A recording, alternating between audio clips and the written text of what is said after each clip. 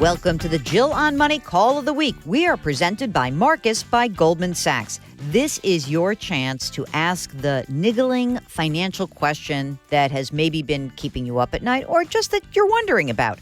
That is the easiest way to actually get to unhappiness. Don't get a good night's sleep. So let's get a good night's sleep. Whatever's bugging you, give us a holler. You can email us any question. Ask Jill at jillonmoney.com. Ask Jill at jillonmoney.com. That's what Ryan did. He is calling us from Philadelphia. By the way, Ryan, I love Philadelphia. It's one of my favorite cities. Thank you. Me too. All right. What's going on? How can I help you out?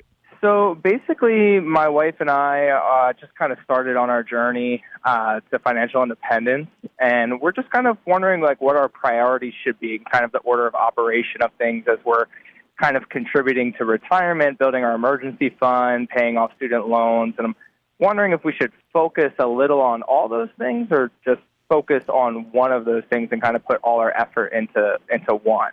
That is a great question. Let's talk a little bit about the student loans. How much do you have outstanding and at what interest rate? So I have $17,000 worth of student loans, and those are kind of split up into 7 different loans. And 2 of those are at 6.8%, about $2,000 of that $17,000, and the rest are around a 3.5%. And how much have you saved already towards your emergency reserve? A little under $7,000 right now, and that is in a high interest savings account. That's great. What's your target for your emergency reserve fund? So I'm thinking just for now, a 3-month reserve. So my goal is to be about $12,000. Mm-hmm. How much are you putting into your retirement accounts?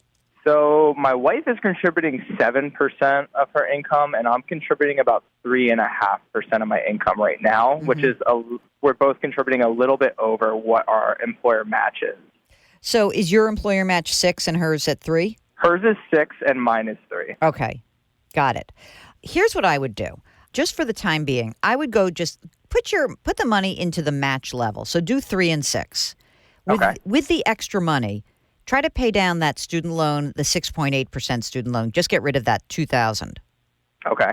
When that's done, then push the extra money towards the emergency reserve so you get to your $12,000 goal.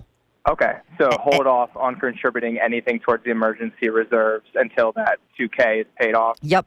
Okay. Yep. So let's do that. I think that you will probably get there in about 3 months. It does. I mean, what's your cash flow? What do you have to put in there? So we have a combined household income of $140K. Mm-hmm. Right now, I'm contributing $150 every paycheck into the emergency reserves, and about the same into my student loan.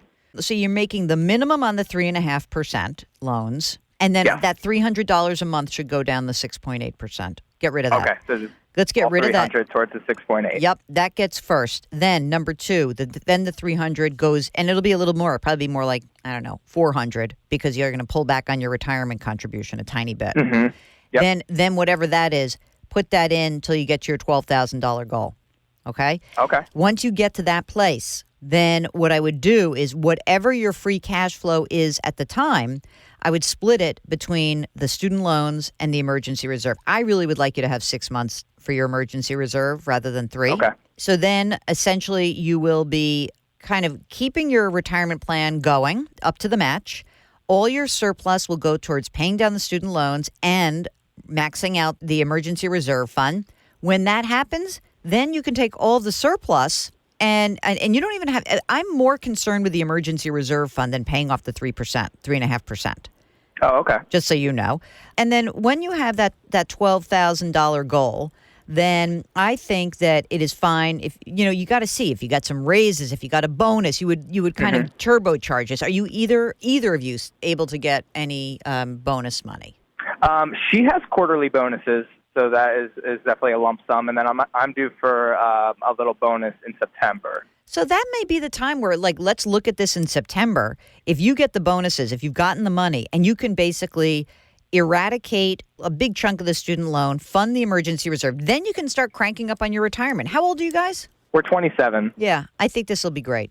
Honestly, in a year, you'll probably be putting 10% and 10% into your retirement accounts, and everything else is going to be really buttoned down. I think this is a great game plan. Awesome. All right. So good luck. If you have any, like a plan. And if you have any questions or you need some help along the way, just give us a shout. Okay. Okay. I appreciate it so much. All right. Take care. Good luck. All right. Thank you, Jill. Okay, that's the call of the week. If you have a financial question, just give us a holler. Send an email to askjill@jillonmoney.com or go to the website, jillonmoney.com. You can click the Contact Us button right there. Oh, by the way, while you're there, sign up for our free newsletter. It's free. Why not?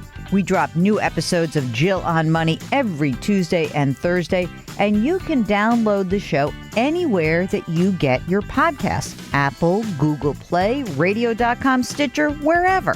Our music is composed by Joel Goodman. Mark Talercio is our executive producer.